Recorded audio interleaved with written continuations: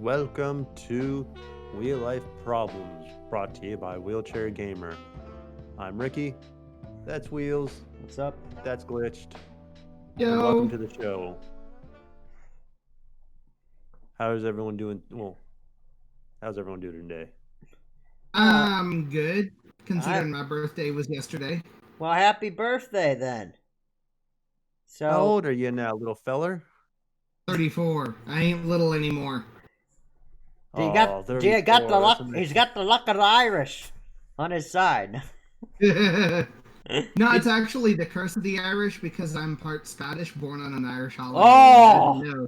Oh! The Irish and the Scots hated each other, so. Look. Oh. So what do you do? Do you watch Braveheart on your birthday then? No. No. I don't know if anybody gets that stupid joke, but. Well, what did you do for your birthday then? Inform us. I had a friend over and we hung out and enjoyed time. Cool. Any green beer involved in this time, or? No beer, just green. Oh, there you go. Gee, I wonder what that could be. A little bit of green. There you go. Well, happy birthday. Yeah, happy belated birthday. I noticed Thank something. you. Your beard's all trimmed up. What happened? What happened there? You trim up for your birthday, or? No, I needed to get the tangles and loose ends under control, so we went ahead and did a trim job on it, and I'm gonna be doing the oil. I've actually got some setting back here. I've got some beard oil. See, look, everybody. This is how a beard's supposed to be. We've got like 3 stages of beard right now on camera. Yeah, so I've got some beard oil that I'm using on it now. Keep it nice and healthy and rolling. I've heard that's pretty cool. Another thing that I actually wanted to get. I saw this thing. It was one of those Facebook buy things. It was a beard straightener. I've seen those. But it looks sharp. It makes it look sharp. It looks kind of cool. There's also this beard. There's all sorts of beard products. There's a whole industry based around the beard thing. Yeah. Well, when it's the only hair you got, you might as well take care of it. Right? It's true. Ain't that the truth? Yeah. So what happened? I guess that throws a hamper in your Viking beard plans, huh? Oh no, it's gonna get back there. Probably not that long. Oh yes, it will. Well, no, I'm saying it won't take that long, is what I was saying. Yeah. No, it won't take that long, especially if I keep on top of this and make sure it's nice and oiled up, moisturized, and growing healthy. Yeah, nice. Yeah, it's about keeping the skin healthy, underneath too. I think that's the big thing with it. It helps you get nutrients. Well, good tidings to your beard. Well, anyways, welcome back to another episode of Wheel Life Problems, everyone. Where today we are discussing mental health. And before we go on, I just want to say if you or anyone you know is suffering from mental health, there's free stuff you can do as sorry, coughing on, throat's all congested there. But if you look into the Substance Abuse and Mental Health Services Administration, they have plenty of help out there for you to help you if you're struggling, don't know where to go. It's a start, I guess. Yeah, just remember, you're not alone in this. There's always other options. There's always help available. Just a matter of reaching out. And those resources I'll make sure in the details below. Mm-hmm. All right. So, how do we talk about a topic so heavy, such as mental health? It's such a huge, you can't cover that in just an hour. No, there's no way. It might take 3 or 4 of them. Who knows? Right. So I mean, that's partly that's why we're kind of looking at the idea of why you're probably wondering why does it say part 1? Well, because of this very thing. And that's kind of the format that we're moving into, is basically the idea that I basically kind of coined was topic of the month, is kind of the idea And it's basically just the idea that we do a more in-depth analysis into things that we are talking about, just so that way it provides more knowledge to the audience, and it provides, and maybe we learn something along the way too, because that never hurts. So, and I figured it would be, it would just be a lot more interesting for everybody, because then that way we're not just glancing over a topic, we're actually diving in. So that's what to look forward to, and this is the first topic that we're doing this with. So there you go. Yeehaw. Yeah. So let's start this off then. Like, okay, so what exactly is mental health and why is it important? Well, I think we started with the definition. Did you move or just move your cam? I moved my cam. My cam's in a different spot, Dusty. By the way, hello. Well, which one of us wants to start with this? Did you? I mean, I asked you. Okay, we're asking me. Okay. I asked either one of you. What is mental health and why is it important? Why don't you go for it, Wheels? All right. I know I'm getting out the glasses, but it's just because I actually have organized notes. Imagine that. Imagine me actually having notes. So mental health is generally defined as a person's condition with regard to their psychological or emotional well-being, which is the definition by the World Health Organization of what mental health actually is. Which obviously it's basically even though it's what? The World Health Organization. Yeah, it's a solid definition. Right. I mean, it covers basically what we're talking about. The interesting thing, though, that I find is that it has a physical presence. You physically can have symptoms from certain conditions that are associated with your mental health. Or just having poor mental health in general can affect your physical health, too. So both are coincide. Both are important. So if the mental's not right, I don't think the physical may necessarily be up to par either, because obviously, if you're not taking care of yourself, you got to have both sort of things on point. At least I found that in my own life too, that when I've been in like a depressed sort of mood, like maybe my like desire to be hungry sometimes is stifled. I may sleep a lot more. Those sorts of things happen. Right, or less, all depending. Yeah, it just depends. Sleeping more or less. Yeah. So what you're saying is that's why it's important to understand mental health, huh? Right. I would think that it's important that we kind of know where we're at. I got a different definition from the World Health Organization, even though yours is similar. For mine, I found it is, quote, a state of well-being in which the individual realizes his or her own abilities, can cope with normal stresses of life, can work productively and fruitfully, and is able to make a contribution to his or her community. Right. Now, what does that mean to you guys? Wow, that means somebody had way too much time on their hands and figured out exactly the precise way to string things together to make that particular definition. I think the first one was a bit more eloquent.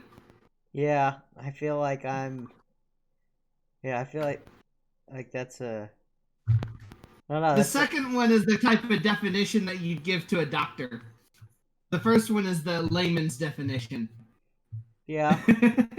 Well, that's sort of what I was getting at. What was that? Do yours again. I want to hear it again.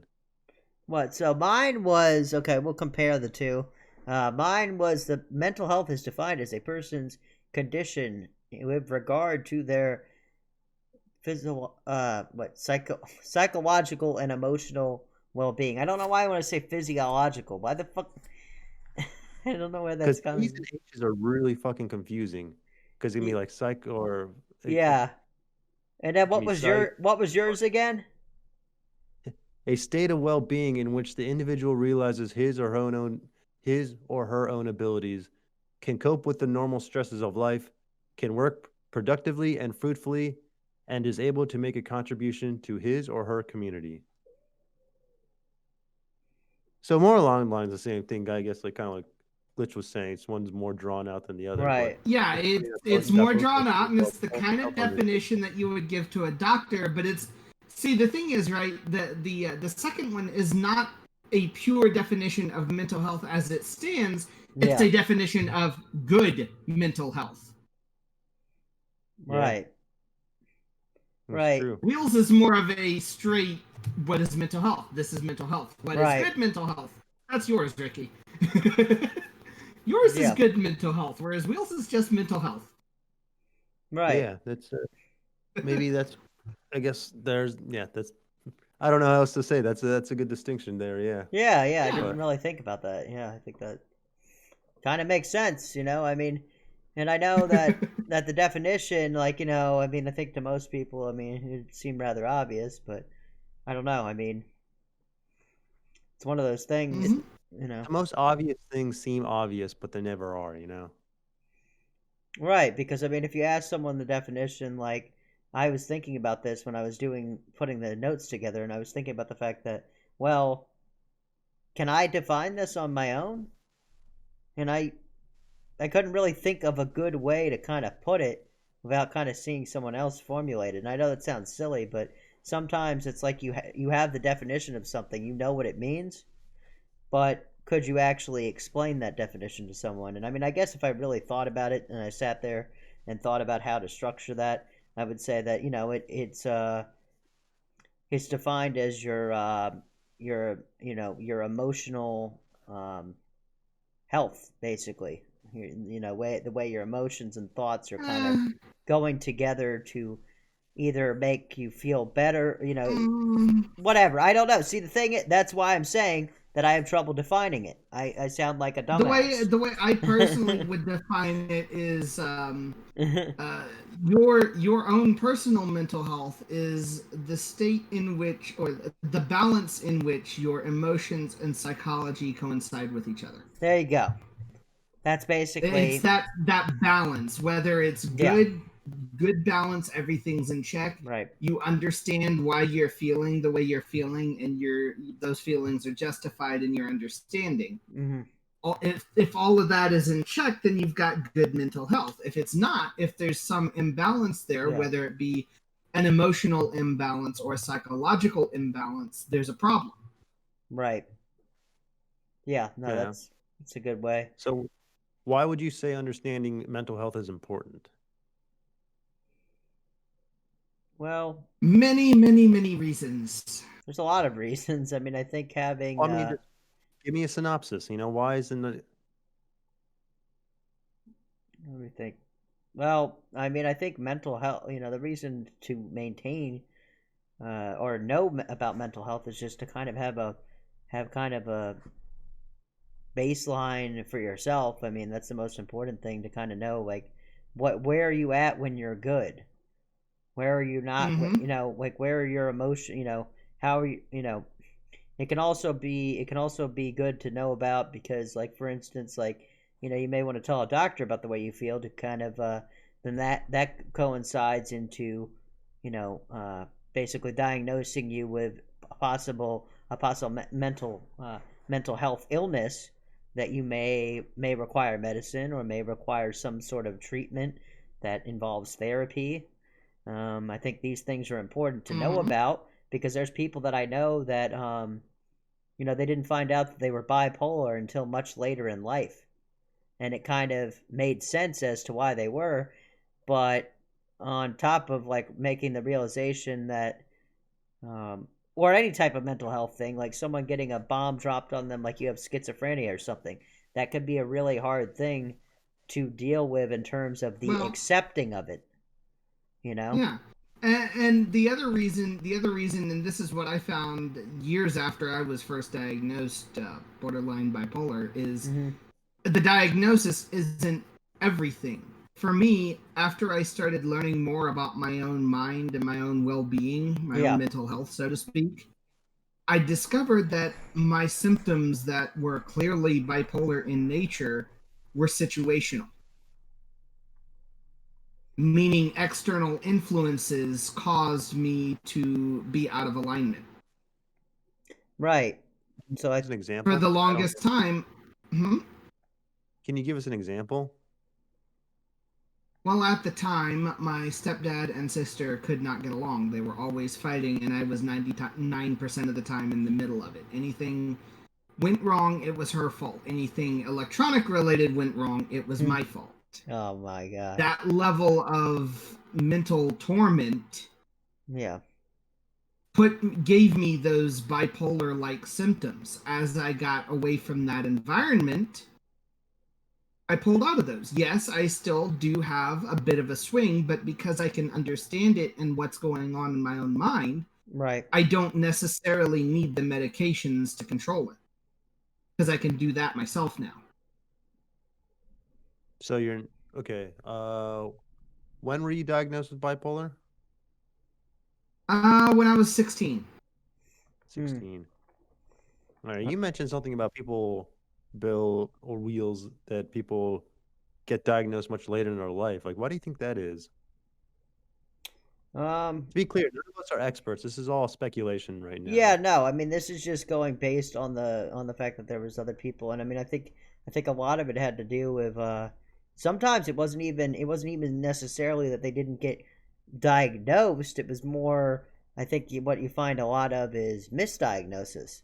I think that that happens a lot when it comes to mental health from just different people I've talked to, because there's been some people that will tell their story that I've talked to before about their life, and they would kind of say, well, when I was younger, we thought that I had ADHD and we thought that this and that, and we treated it in such a way. But then later in life, we actually found out because of A, B, and C that I really had this when another doctor looked at it. Because I think sometimes, depending on your age, depending on the things that you've experienced, the things that you've gone through, may make more of the symptoms of a more apparent for bipolar, for example, because bipolar can be very confused with depression sometimes in certain people, which there is a depression element to it in a way, because you have the high highs, low lows type deal. I was just about to get into that. Bipolar? It's called bipolar for a reason, and the full diagnostic of it is bipolar depressive disorder. Right. But the point that I'm making is, like, clinical depression is a completely different.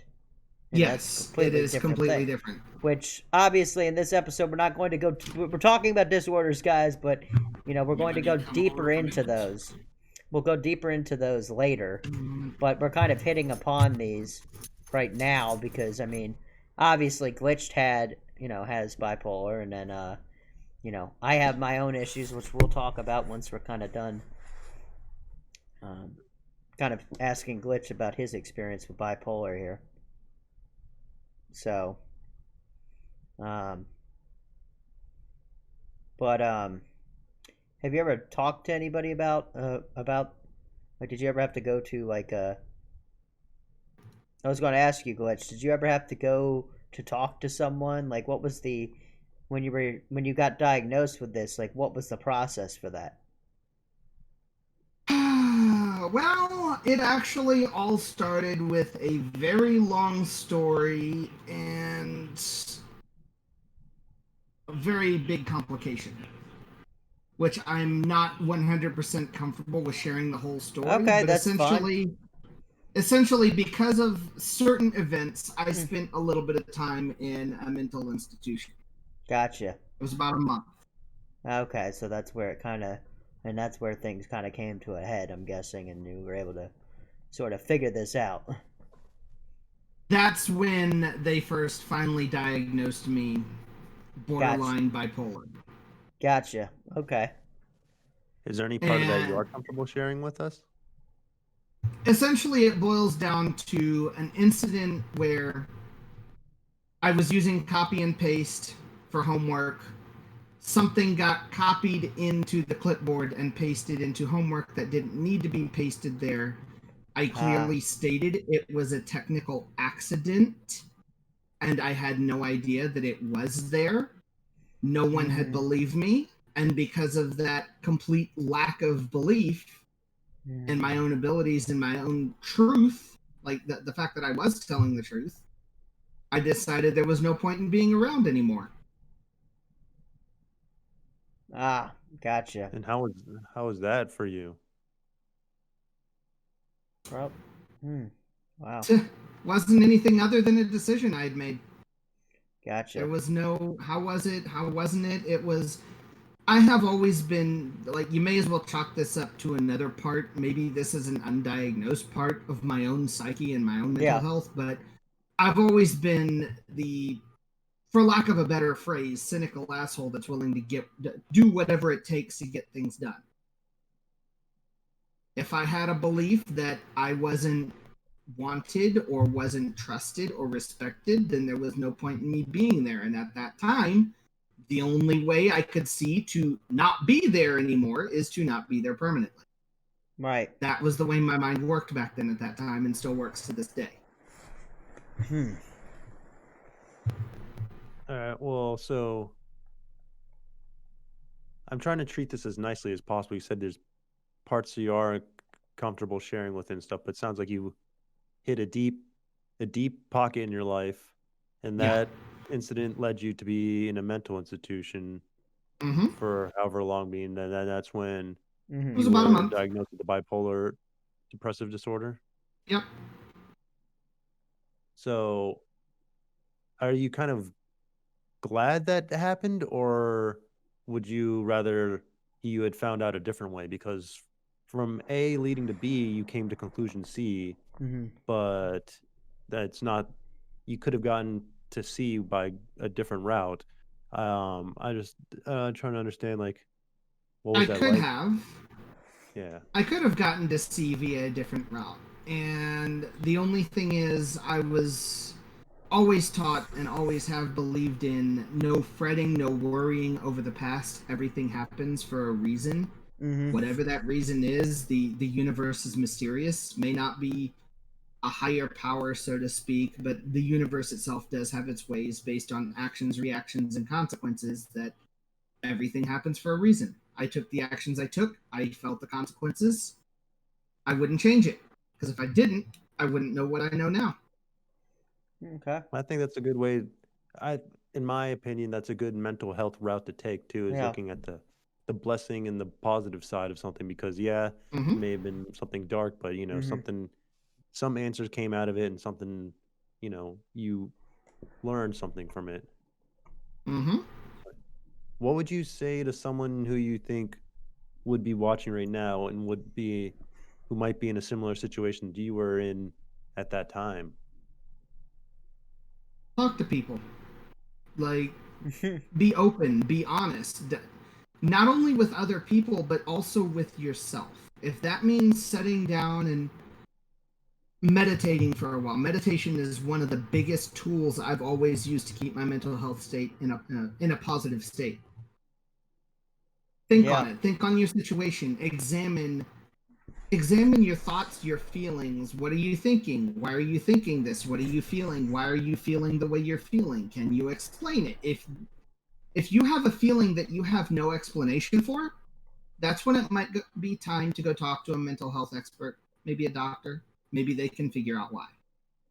That's true. Maybe a psychiatrist, maybe a psychologist, somebody that's more qualified than you. That's great advice, I think. More qualified than me, even. Which, by the way, I mean, seeking professional help, I mean, we've Nothing been wrong through with it. We've been through some stuff, but I am not going to claim to be of any sort of doctor level. I can only share my experiences. Indeed. Yeah. Do you ever get down, like, I don't know how to word this exactly, but like, do you ever feel disappointed that you have bipolar? No. Because, like I explained, it's situational in nature. Right. I mean, mine is not due to a raw chemical imbalance like most people's are. Mine is due to a situation that puts my mind in a particular position. So I guess you could put that kind of as, the way I see that, is kind of like how I myself, as someone who battles with alcoholism, I have what they call triggers in some cases, Mm-hmm. and you have triggers in when it comes to certain situations. So I'm guessing probably with that knowledge, that probably allows you to realize a certain situation is happening and maybe remove yourself from it quickly enough to maybe mitigate the issue from happening. Or at least think through and understand the situation enough to Right. actually, that right there is actually why I got so good at what some of my friends call psychological profiling, because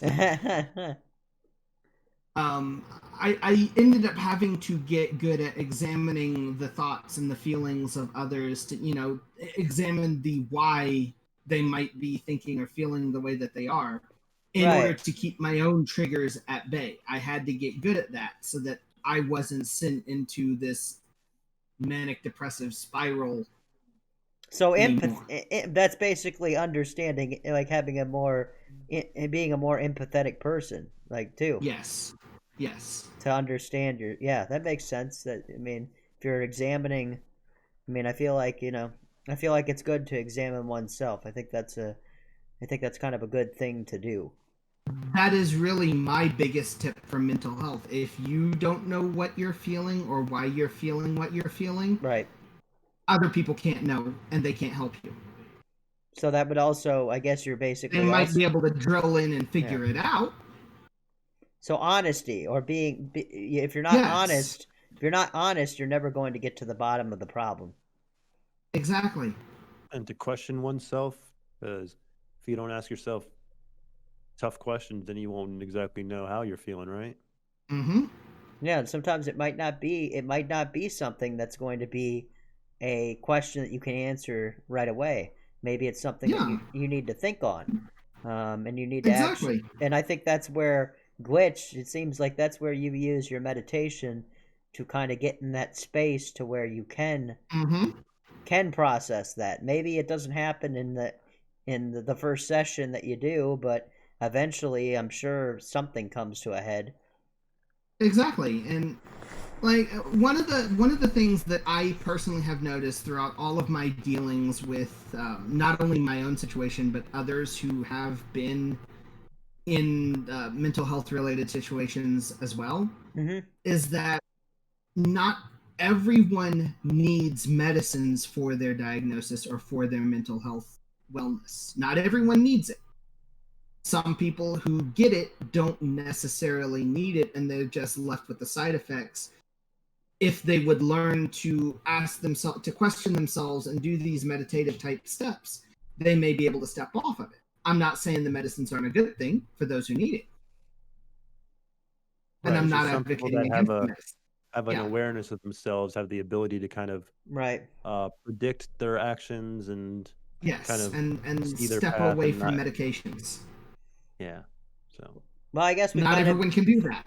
I guess we kind of inadvertently kind of popped into the topic of sharing our experiences without actually like formally saying, "All right, share your experience," which that's kind of yeah. cool. We had a free flowing Well, conversation, guys. Look at this. the the whole Yeah. medication things too is like that kind of comes to my experience with mental health is I thought I was dealing with depression and Hmm. stuff at some point. When I was first injured, I had just like a huge amount of I've had a hard time dealing with my emotions basically my entire life. Here's an example of how I knew I need to be more aware of like what Glitch was saying of my emotions. Question myself is, I remember one time when I was younger, I was on the phone with an ex, and she said something that just fucking snapped something inside of me. And because I used to hold things in a lot when I was younger, I Right. would just always play it cool, blah blah blah. You know, everything's fine, everything's Yeah. awesome. And I Mm. remember I ended up just waking up in my driveway, like punching myself in tears and things, and just like, I was just like, what the fuck is going on? And it turns out what I went, I remember I was going to go see a therapist, Hmm. and then I got stuck in parade traffic and never made it to that appointment. But what I learned from that event was I was holding in my emotions, which is why that segue of like um, meds and meds and talking to people Mm-hmm. helped a lot. Like talking to someone, I realized like, oh, it's all because I was holding everything in. I wasn't sharing. And when you share your experiences, you learn more and more about yourself. And like, oh yeah, it was because I had these. I was pissed off, and I didn't share with it. I wasn't being honest with not only her, myself. And then when that all snapped, it snapped. And I've been learning more and more about myself that like a lot of my mental health has to do with understanding my mental health because Mm-hmm. for a time like when I was in after my wheelchair I'd been on antidepressants and stuff and um trying to realizing I wasn't antidepressants weren't doing anything for me Mm-hmm. until one time it was like my early 20s. I was just feeling so lost and trapped and out of it to the point where I'm like, holy shit, I need something. I got to try something. And that's when I finally tried therapy for the first time. And I was like, you know, it's better than trying nothing and just living here hating myself all the time. And I learned more and more about what my internal struggles were. And learning about myself made me realize that all my depression is like all situational and that like meds never really helped me at all. Mm-hmm. And to this day, actually, Mm-hmm. yesterday, I had my appointment with my psychologist. I'm still learning more and more about myself. And the more I'm learning about myself, the more I realized that's probably why the antidepressants didn't work on me because it was more just trying to figure out what my triggers were, I guess, as you said. I don't know. Yeah. That's true. To keep, yeah, Sarah. That's actually sometimes you need an outside person to assist you in unlocking Yes. internal stuff. Yeah, Sarah, Mm-hmm. definitely spot on with that. Mm-hmm. Indeed. But But eventually, after you have enough of that outside help, you yeah, start understanding enough and learning more and more about the way your own mind works and can start working through more problems on your own. right Yeah, now, that's uh, why I still go to a psychologist. I go about like once a month, but that's why every time I go there, what he offers me is validation and more tools for my belt so I can understand like, Mm-hmm. oh, okay, that's all my thought processes are what's really leading the the car right now, It's like you got to yeah, decide which thought process is going to be the driver. And if you yeah, and if you don't know which thought process or emotion is driving and drives your head crazy, you have no idea what the hell is going on. And that's why like Tequila said, having someone outside help unlock the inner, it helps a lot because then you can really see yourself from an outside perspective and try and grow from that right, and right. heal from that. How long has that? How long have you been doing this psychology? Like, have you did you notice it helped right away, or was it something that's taken time? Um, it took time. I started seeing a therapist in my early mid 20s ish, and I learned that just having someone listen and not even give me advice at first was what I really needed was just someone to listen and also just give me an objective thought and an opinion on it. Be like, Yeah, instead of having like, talking to friends and everything is great, but when you talk to someone who's actually profession is talking to you and giving yeah, you some yeah, kind of objective reasoning, you kind of yeah. like see yourself as differently. And then being just talking about myself and my problems out loud Mm-hmm. to someone like that helped me see everything myself and more understand myself. And then the more I understood, the more I saw the benefit of therapy and the more I became comfortable and the more I needed less of it, but also still maintaining it. Yeah. And so I've been on and off therapy for a while. Then I stopped for a little while because I had a lot of shit going on.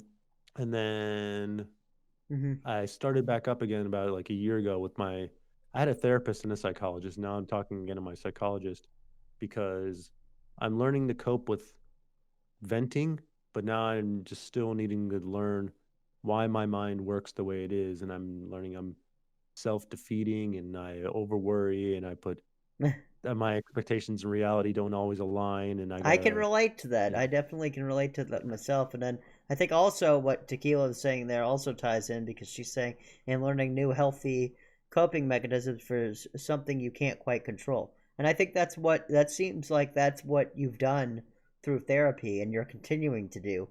And I think Yeah. that's an important thing. Like, don't you think part of your motivation, or part of like how that, like the fact that you're constantly it seems like you're, I guess what I'm trying to say is, it seems like always learning stuff, always like, it Exactly. seems like it's expanding you, it's like helping you grow Yes. as a person by basically exploring these things, and you're learning more about yourself, it seems.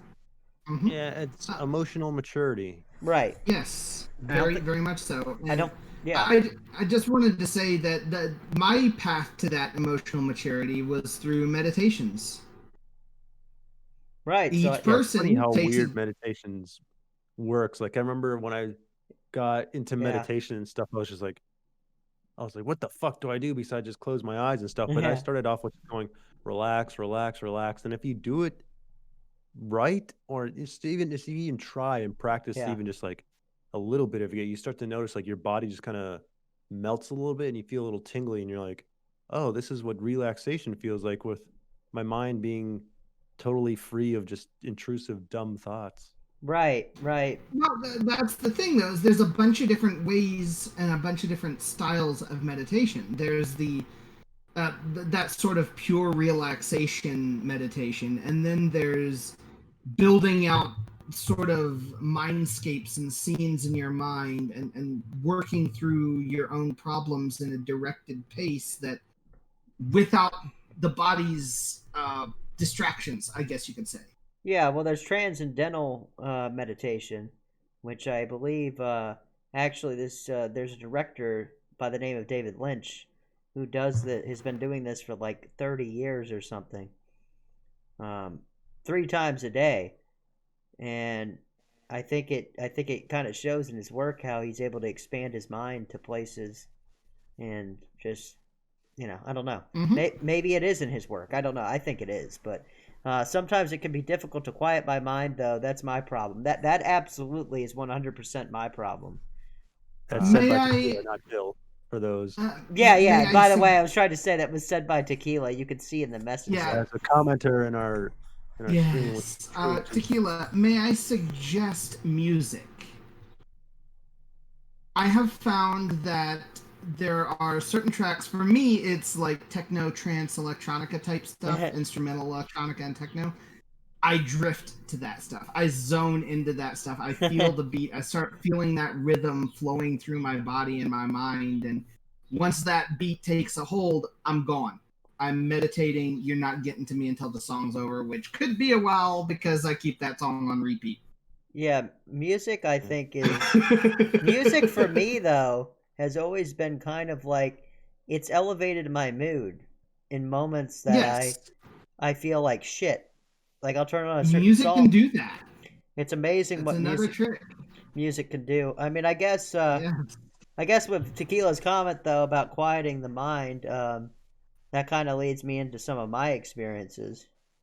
well. Before you get, I just want to get a quick comment in there about that, which is Yeah. even though something intrusive, quieting your mind, Hmm. that's why it's important to remember that meditation is a practice. And if intrusive thoughts come in, don't get discouraged. Just be like, okay, you know what, that happened. Here we go. Keep doing. Just practice over and over again, and find a method Mm-hmm. that works for you. Or Now back to you. you could Yeah. often lean on those quote unquote intrusive thoughts. Like random thought pops into your head. Okay, examine it. Take a moment. Look at it. Figure out what it was, what it's trying to tell you, what it's saying, and then cast it aside if it's not important. Yeah. Move on. Yeah. That's another way you can do meditation. There's a million different styles, a million different methods, and no two practitioners will tell you the exact same way to meditate. Yeah. Kind of figure out your way. Yeah, but I think When Yeah. When I want, as an example, when I want to actively dive into meditation, I use the musical trance method, where I pick a song, pick a techno, electronic, or dubstep track that I like, that I really get into. I play it on repeat for a while. I lose myself in it. But every morning I do a brief, short meditation every morning and every night, where I'm just laying in bed. My body is waking up. My mind's already been awake. So hey, meditation time. Shift in. Take a quick self reflection. How am I feeling this morning or this evening? How's things going? How's life treating me? Okay, now that that's over, I can get up and start my day, or I can just let it drift off into sleep, whichever happens, So Right. I personally use two different meditation techniques depending on my needs. Right. Right. No, meditation is a great thing, and it's something that I need to be. I want to try to be more active in doing, because I was doing it for a while, then I got out of it. It's one of those things you got to kind of get into that habit, to kind of Mm-hmm. get it going. But I think it's beneficial, and Well, you mentioned your mental health struggle that you're about to talk about before mhm. we broke off that little tangent, but Yeah, it's Yeah. okay. I was just saying that when Tequila brought up the fact about quieting the mind, I've always found that I have trouble with just like there's always a million thoughts going on in my head, and it's just like sometimes it's just like, will you shut the fuck up? And meditation gets it to shut the fuck up if done correctly. It actually gets it to quiet down for a little bit in there. Um, the biggest thing that I found when it comes to my mental health, like I think the biggest struggle that I had was really um, when I was growing up. I was bullied as a kid because I walked a little bit different than most people. Because as you guys know, I had muscular dystrophy. I haven't always been in the chair. Went into the chair when I was 16, and because I was a little bit different, people would make fun of that. Um, but also, people made fun of me for what any kid makes fun of other kids for. Oh, you did something stupid. You said something stupid. You look funny. You have a zit on your face. Whatever. Stupid stuff that kids bicker at I'm each other. self-conscious about this. Yeah. You know. But anyways, I got bullied a little bit, but it wasn't anything that, definitely had my times of like, just coming home and just feeling like shit, getting upset about it, you know, even crying about it when I was younger. But it went away eventually. But I'm not saying that I'm not saying you have to deal with any of that. But it was something that I went through, and it kind of sucked because it would make me feel like I was inadequate, that I wasn't good enough, that I wasn't yeah, I just felt it would make me feel inadequate. It would make me feel like I was never good enough for anybody. And of course that eventually changed, but that was kind of how I felt. And then I kind of grew up, and then in middle school it kind of happened a little bit, but it wasn't really crazy. And then by the time I went to high school, I think I had more people in my corner, and I was kind of okay with being who I was. I mean, maybe sometimes I had my little emotional things that I went through, like anybody does. But I think that's when I started to feel more comfortable with who I was. Um, and I'm still I think there was still a process that I'm going through to figure out who I'm comfortable. That I am comfortable with who I am. I'm very comfortable in my skin now, but it wasn't something that happened overnight. And then one of the biggest events that happened in my life that was a depression that I had to deal with was the when I was 16, I actually lost the ability to walk, and that was a very difficult thing for me to kind of cope with. Um, which I know you can relate to this, Ricky, because it's something that you've been through, and it does suck ass. Just 2 years later. Yeah, which ironically, I remember you telling me that I had a phone call with you at some point. I don't remember it exactly. But I vaguely remember it, where I kind of talked to you about like I don't remember exactly what I said, but I think I said something along the lines that it'll get better at some point. You called to threaten me and beat me up and said, "You get what you deserve, bitch." Yeah, that's what you get for trying to be a professional BMXer, motherfucker. I told you not to do this. No, that never happened. That conversation. No, it was a phone call I needed at the time, and you were there, which was nice. Right. I don't remember exactly what was said, but whatever it was said, I remember it being a good conversation. You made me feel good. That's the important part. You made me feel good. Yeah, we're not going to talk about the details of how I did that. No, just kidding. Anyway, so I can feel your tongue slivering inside my ear. But anyways, I think the point that I was making is that when I went through that, it was kind of like, oh shit, like, you know, what am I supposed to do? You know, I'm not, you know, I'm gonna have to deal with a wheelchair and all this shit. And then eventually I was like, you know what, this isn't that bad. This isn't terrible because, you know, in a way I felt kind of safer because I was like, well, at least now I can't fall on my ass. At least I'm in a chair, you know. I don't have to worry about falling anymore. Which was nice. That was kind of a nice side to that. But then eventually I just got comfortable with it. And I was just like, whatever. You know, people would stare or whatever. And a lot of times my family notices people staring, but I don't. I got to the point where I just don't notice it anymore. Because I don't think I give a shit. I just honestly don't give a shit about it. But so I went through that. And then I guess kind of the next big thing that I dealt with is alcoholism, which alcoholism is, I'm what you call a binge drinker. You know, I would go on these benders for, you know, periods of time. That could be a month, it could be a week, it could be 2 days, who the fuck knows. And I think I did it at first because I thought it was fun and all this stuff. But then eventually it became that I just literally I didn't want to feel anything. I just didn't want to deal with emotions, you know? I didn't want to have to, deal with life on life's terms. Meaning, like, I wasn't accepting things that were just happening. You know? I couldn't accept it, so... Like you were in control of something? Yeah, I wanted to feel like I was in control. Something that you have control of in that moment. Right.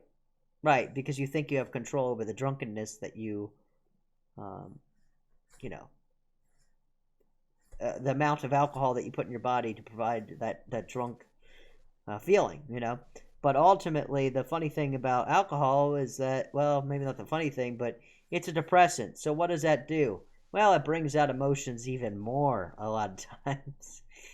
And then the waterworks come, or just like yelling, or just all sorts of levels of unstable emotional behavior, you know, is what comes out when you're really drunk. And you know, I'm kind of in the process where recently I did have a little bit of a relapse, but it wasn't for the reasons of depression. It was more that I just got bored, which is another trigger for me. So but I don't think I think maybe if I examine deeper, there may have been some other things going on. I think this year's been weird, you know, with the pandemic. I think it's affected me, to be honest with you. But I guess what keeps me going, though, is really, I got really sick and I just didn't want to feel that anymore, because that's not fun. Who wants to be sick all the time? Fuck that. You know, I don't want to be sick, and I don't want to deal with that. So the biggest thing that I found, though, in my life from my bouts with alcoholism, but by the way, to kind of preface this, the first time that I got sober, it was for about 4 years. I was 4 years sober. Then I got a case of the fuckets because basically I stopped going to meetings, which I go to AA meetings because that helps me. Not saying that that's the only way for you to rid yourself of alcoholism. There are many ways. There's rehabs, there's, you know, but what I found to be most helpful is the step programs. And it seems like it basically gave me a lot of valuable tools from going to these meetings and from using what they call the Big Book, which is a 10-step program, and it goes into all that. And it basically, the book, it shares stories of other alcoholics. And that's a lot of what's in there. So it basically helps you. And then you go through these steps, and a lot of these steps are about self-examination. And like meditation is a very big is a very important part of recovery for a lot of people. Like it's kind of like a staple sort of thing that you're kind of supposed to try to do to kind of ease your thoughts, as Glitch was talking about. So meditation is a very big, important part for my recovery. It's important for me to do it because it helps me to kind of calm down those thoughts and stop, because I have this issue with playing the tape over and over again, is what I call it, where I relive things from the past. And AA has allowed me to let go of some of those things, actually, by either writing them down, and then like one of the ways that I've done it is writing them down and ripping up the piece of paper, you know, and that's kind of like a symbolic letting go of it. Sorry that I went on so long there, guys. What? No, you're fine. This is the episode. Right. But I just didn't want, I'm sure there's some questions that maybe you could be asking, or I don't know. I'm not actually getting. Where are you at now with your alcoholism? Let's see. What did Tequila say? I'll read that in a second. I think I'm in a pretty good spot. Yeah. You can apply those things to your mental health. A lot of them. There's a lot that I would say you can apply. There's a lot of principles that are in the AA program that can be applied to really anybody's life, to be honest with you. Even if alcoholism is not a problem. Because there's just a lot of things like, because one of the biggest things is what they have you do is they have you basically, it's either step 4 or 5 where you write a fearless moral inventory, which is basically where you think about the people that you may have hurt or the people that may be affecting you, and you write about, you basically explain, like, is this a sexual thing? Because sometimes it's relationship stuff. So say it's a female and it's a girl you may have had a relationship with. Sex is part of it. Some people it won't be that. Other people it'll be like, how was your, why are you upset with this person? What did they do? And then basically the whole idea is once you've done this, you kind of look back at a situation and you say, well, in this situation, like for instance, and you would usually do this with a sponsor, by the way, which is someone to kind of basically sponsor you through the process that may have already done the process before. And basically you examine each situation. You kind of look at that and you kind of say, what was my part in this? You ask yourself what your actual part was in it, because sometimes we only think of ourselves and how someone else affected us. And we don't think in terms of like, well, why did they act that way? What was my part in it, and then what was their part in it? So like, what could I have done better in that situation that may have not been bad or was bad? What was my part in it? Where did I fuck up? Where did that person fuck up? And where did I maybe misconstrued some things? So it's basically examining situations and looking back on them and trying to figure out why the fuck you did what you did. That is something that I still do. It's part of my own psychological profiling that I do, not only on myself but on others and everything, in every aspect of my life. I'm always looking at every situation from every single possible angle.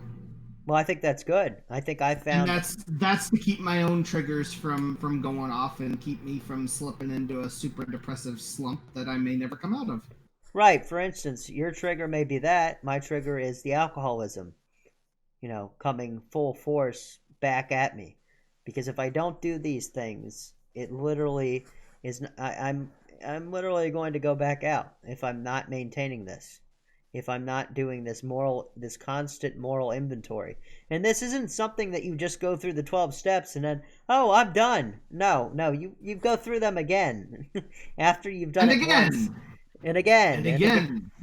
And again. And every time you think you're going to have a relapse. Yeah. And every other time. And half of the third time. And even when you don't. And even when you don't feel like you're going to do a relapse. Because there's actually a saying that they have in AA that it's like, when's the best time to go to a meeting? When you want to drink.